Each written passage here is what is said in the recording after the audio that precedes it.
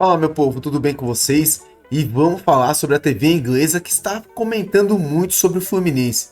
Os caras ficaram assustados pelo Fluminense chegar na semifinal, mas se liga aí a reação da TV inglesa em relação ao Fluminense. Vamos lá. It's Al Halal. I am joined by JJ Bull making his debut, which is wonderful. There he is waving. What stood out for you today? We've got two games obviously to talk about. Well, I didn't think Fluminense would go through, if I'm brutally honest. And I've enjoyed watching them and seeing some of the different things the managers are doing, how they've adapted to each other, really, what changes they made for the game. Yeah, we're going to have a closer look at that in just a second. And Neve, what stood out for you today? Probably that feeling of, what have we got here when we saw that Andre Santos, be making a debut. Yeah, and quite a sort of unique debut that we didn't expect to happen, which we'll reveal in a sec as well. Liez, what stood out for you, mate? Just loved watching Cole Palmer in his natural position today, to be honest with you. I thought he was so good in that right half space in number 10. We'll talk about it, of course. Yeah, a little really debate there. I really love that performance, space. to be honest with you. Things to be spoken about there. Lots of social reaction, of course, to that Fluminense win. We can have a look at some of them now. And yeah, a lot of Thiago Silva on his knees. Not just because he's probably knackered after that game, but he's a very, very happy man as well. And the celebrations were there for all to see. Check this out, guys. Absolute limbs on their way. You wouldn't expect anything less. Look at that. Absolute shock in all of that. I love disbelief in a celebration. That's They're it. at the time of their lives right now, man. I mean, because it's a shock, right? I think, and it obviously means a lot to them. Yeah. Like, you can see that, you can feel that in the stadium, can't you? 100%. I think that's really amazing about this tournament. I mean, the best team in Brazil right now, I believe, is Flamengo. Fluminense have struggled over the past season or so. And they come to this tournament and they have taken it by storm. Semi-finalists. Would anyone have predicted at the start of the tournament? I think it's what makes the Club World Cup so beautiful. Absolutely. Yeah, look, they're in tears there. Amazing stuff. Absolutely fantastic stuff. And speaking of limbs, Matt Farias has been out there with Fluminense throughout the tournament, and he's one of our reporters for DAZN. And his celebration at full time was pretty raucous as well. Hopefully we can kind of have a quick look at that as well. He was literally pitch side. Wow. If you get a chance, go and check out his Instagram stories, because he is so close to the action. Absolutely amazing stuff. Of course, when that second goal goes in, we're going to break down that goal. He is going to talk us through it. It's great stuff. But for Matt Farias, it's been a very, very, very special time for him. And all being well, he should be joining us right this second. All fingers crossed. Matt, are you there? Hey. Hey guys, how you doing? Yes, sir. We're very good. I imagine you're pretty good as well. You were in the dressing room, is that right? What was that like? Oh, it was awesome. It was insane. I mean, right when you get in there right after the match, the energy was insane. They had the Brazilian music. And it's really cool for me as well, because I've just been kind of following them around, and I kind of get in there. They're like putting me into the party as well. So it's really cool for me as well. But forget about me. Amazing for them. Unbelievable. History's being made. So, yeah, that dressing room was amazing. Amazing. Maddie, my boy, how you doing? Yeah, Lyles, what's up, man? My guy, what you telling me? I got a question for you, brother. We all saw the iconic Thiago Silva clip of you this week. I mean, that was absolutely beautiful. You gave him his flowers in that moment. But what's it been like really seeing his leadership shine through in the flesh during this tournament? How inspirational has that been? Oh, it's amazing. And every time you speak to anyone that's kind of like the younger people of the group, everyone just talks about how much of a privilege and honor and amazing it is to have someone like that to look up to. And every single game, you kind of see that, like, everyone kind of looks to him as an inspiration, as a reference, as a role model. So it's kind of been a very, very common theme across the team. They put him highly, him as well as the goalkeeper, who's the oldest in the tournament, Fabio. Kind of just like the main guys that the people look up to as a reference. And man, I'm talking about, in my opinion, one of the best captains in the game. Absolutely brilliant. And it's just awesome to see it literally firsthand. No debate. Hey, Matty. Hey, what's up? So you've been with Fluminense now, close up and personal, and we don't really know that much about them. We've seen the video clips, but just do your best to describe the fans, the club. What's it been like?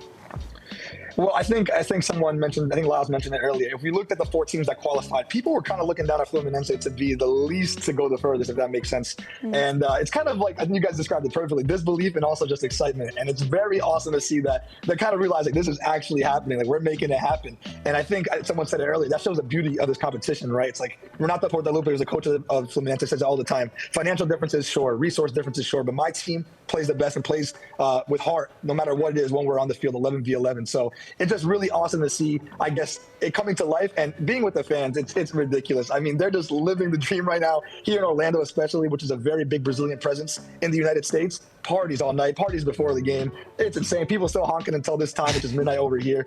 Unbelievable. That's unbelievable. I have a question for you too. So from what I've seen from the tournament, it seems like the Brazilian teams are really into this tournament and they really want to win it. So I wonder if you could tell me, like, what does it mean for those teams? Why is it so much more for them than maybe it seems for some other clubs? Oh, I think this is my opinion on it. I think the European teams, some people may look down on this tournament with what I've seen, at least in the media, but I think Brazilian teams are taking this opportunity. I think other teams around the world to prove that they can compete with the big dogs. And I think that's why they're coming into these games with intensity, coming into these games, basically saying, we want to make a statement showing we don't care if we're not the mainstream teams. We want to show that we can compete. And they're proving it. Underdogs against Inter Milan, they proved it. Underdogs against Al Hilal, they proved it. Another underdog game coming up versus Chelsea. I don't want to say it, but who knows? This tournament is going a certain direction. And last one from us, please, Matt. But we had the Estaval derby, Palmeiras versus Chelsea. It's going to be the Thiago Silva derby now. What do you think is going to happen? Do you think they can do it? I said this before the game started. I think they would lose to Palmeiras, but they would beat Chelsea. You could call me crazy, but I personally believe that when they verse these teams, they kind of bring another level. If they verse a team that they already versed throughout the season, that is automatically kind of already better than throughout the season, it could have messed them up. But I think they're here to prove something, and we're talking about Thiago Silva's ex-team. I think that's going to be a factor as well. I do think they could do it. I know it sounds crazy, but people call me crazy when it was Inter Milan, Al Hilal. Yes, I'm calling it. They'll do it versus Chelsea as well. Good man, I love it. Love the energy. Amazing reporting, Matt. Great stuff. And yeah, stay crazy. Thank we you like guys. it. We like it a lot. Appreciate you guys. Amazing Yes, stuff. Great stuff from Matt there. Right, well, they won the game. How did they win the game? That's the big question here, guys. Let's go to the tactics board because JJ Ball was watching a game that we weren't watching because I'll be honest, the first 30 minutes of that were tough. So we're trying to find the nuggets, but the nuggets were there, fortunately. And if we go on the tactics board here, we can see the two lineups, and then I'm going to make a slight adjustment here. You can see a little bit of manoeuvring. And if I do an awful squiggle, this is what we want to talk about. Is that right, JJ? Yes, that is right. So they've been playing different shapes. It's been really fun watching this game because Fluminense have changed their shape depending on the different teams. Start with a 4, playing a 5, and what you have here is a back 3 turns into, well, it's a back 4, you know, but the left wing back's pushing really high up. And I think a lot of what we've seen here is, in this entire game is that the two managers are basically cancelling each other out, they're reacting to each other.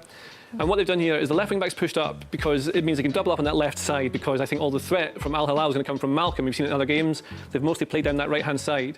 So if you can shift it to that side, you can help gain an overload. And I think there's some clips as well. You can kind of see this in action as well.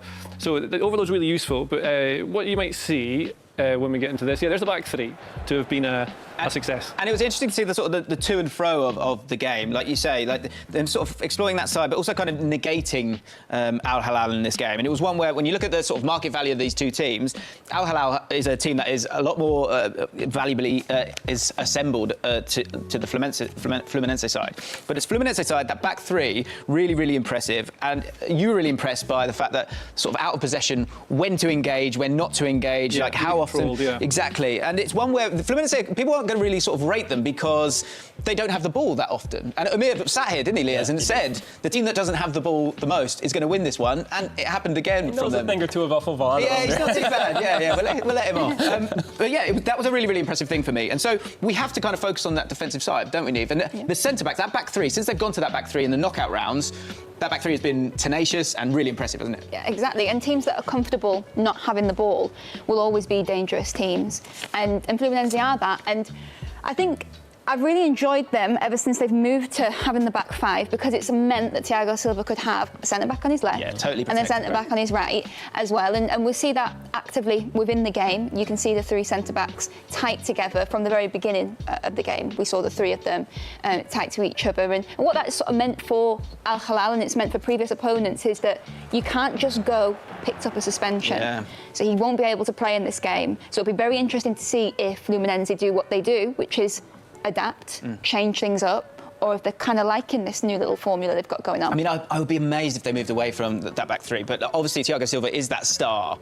But having those 2 players, and as you say, it's one of those ones as a centre-back, and that's what I've really enjoyed Ignacio on the other side, is that ability to be clever, smart, intelligent, but assertive as well, and aggressive at the right times as well. The timing's really important, especially in their pressing. Right? Like, everything in the front forward press is really impressive, super aggressive, but it's timed. And when you have different individuals, you might not have the same cohesion. And like I say, the timing's the most important bit. Yeah, exactly. Because they sort of didn't press. There was big gaps, wasn't there, when they had the ball? So it is all about going at the right time. And yeah, great spot, Neve. Let's talk about the winning goal then, Liaz, because a centre back was kind of at play at this one as well. But there's also some great play as well. 100%. We built realizing the guy in front of him has a clear shot on goal, and we always say a goal is kind of an accumulation of mistakes. It's never just one. It's one that adds up to another, that adds up to another. The question for you, though, is that finish from Hercules right there, it's a little bit of a scuffed one. Some people might say he mishit that, but I actually think that's really good from him. Like, sometimes you can hit it almost too purely, and it's almost like easy for the goalkeeper to save. The fact that he's kind of scuffed that and bounced over the keeper, some may say it's intentional, but I actually think it's really smart from him. Yeah. I think, do you know what, I kind of come back to the centre backs for a second, because the Koulibaly thing's important, right?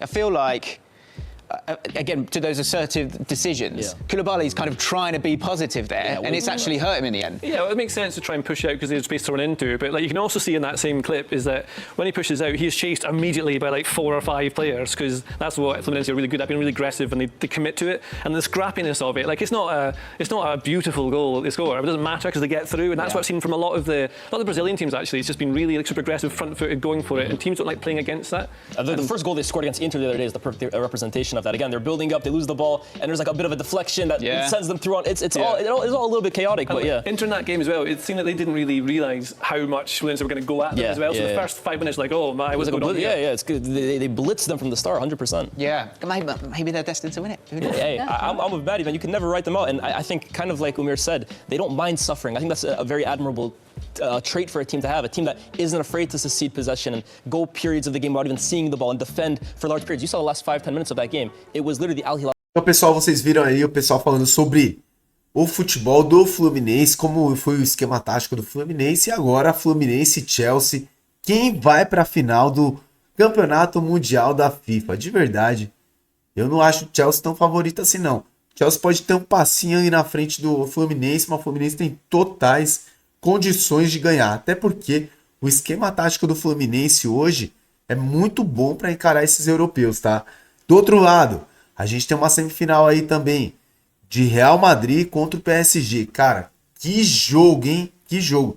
Se eu não estiver enganado, o jogo do Fluminense terça-feira e a gente vai acompanhar aqui no Futebol. Pessoal, peço para vocês deixarem um like, se inscrever no nosso canal. Peço também que você compartilhe esse vídeo. Muito obrigado por tudo. Fica com Deus. Valeu!